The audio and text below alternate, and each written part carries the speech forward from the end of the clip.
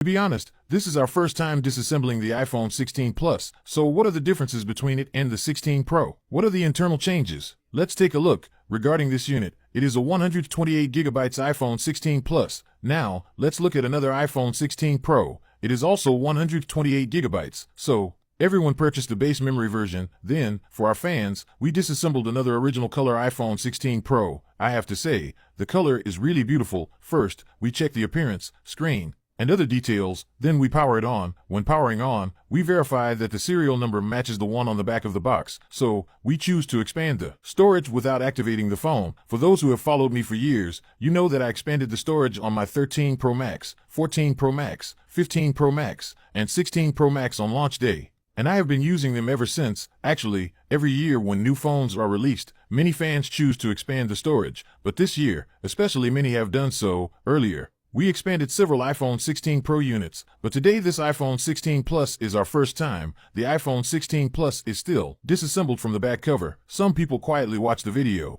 but they secretly like, comment, share, repost, and follow. Such people are really adorable. Once the iPhone 16 Plus is opened, the most noticeable part is its battery, which indicates its excellent battery life. Notice here, the battery of the iPhone 16 and the iPhone 16 Plus. There is this component. Does anyone know what it is used for? I will reveal the answer in the next video. You can comment with what you think. If you haven't followed or liked yet, please tap that like button. Thank you for your support. Thank you. Okay, remove the back glass. And we continue to inspect the internal structure. Due to the larger chassis of the iPhone 16 Plus, the battery is also very large, the speaker is very big, and the vibrator is located here. The main board is shaped like a 7, therefore, expanding the storage requires disassembling the main board. We disconnect the main board cables, unscrew all screws securing the main board, and notice that under the cable there is also a fixed metal piece and screws. Then we determine that the vibrator and the SIM tray need to be removed. The external SIM tray has also changed. Remove the vibrator. Suddenly, we found that we can remove this metal piece without taking out the vibrator.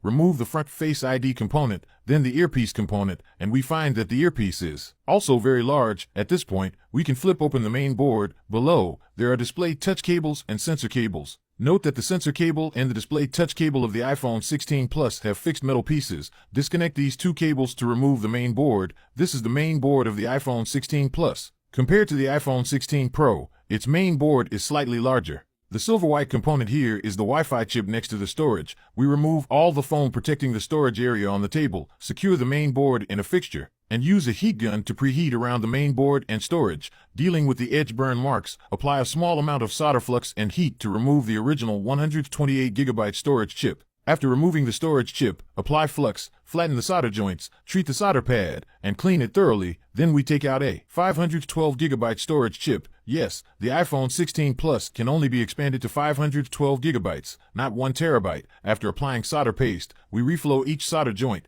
Some people quietly watch the video, but they secretly like, comment, share, repost, and follow. Such people are really adorable. At this point, we preheat the solder pad, apply a small amount of flux, and install the new 512GB storage chip. We heat until we feel a slight bounce from the chip, indicating that all solder joints have melted and the soldering is complete. Let the main board cool down, remove it from the fixture, and peel off the protective tape from both sides. Next, we remove the main boards from the other two iPhone 16 Pro devices. Since the two main boards are identical, we mark them, one white and one original color, and remove the foam on the boards. We secure the two main boards in the fixture. Preheat the solder areas around the storage chips, and remove the two 128GB chips. After cleaning the solder pads, we take out two 1TB storage chips, apply solder balls to both, and install the new 1TB chips. After touching the chips, the slight bounce confirms the installation is complete. Seal the storage area with black adhesive and let it cure. We then reinstall the stickers on the main board, seal the storage on the iPhone 16 Plus similarly, and reinstall the earpiece, front camera,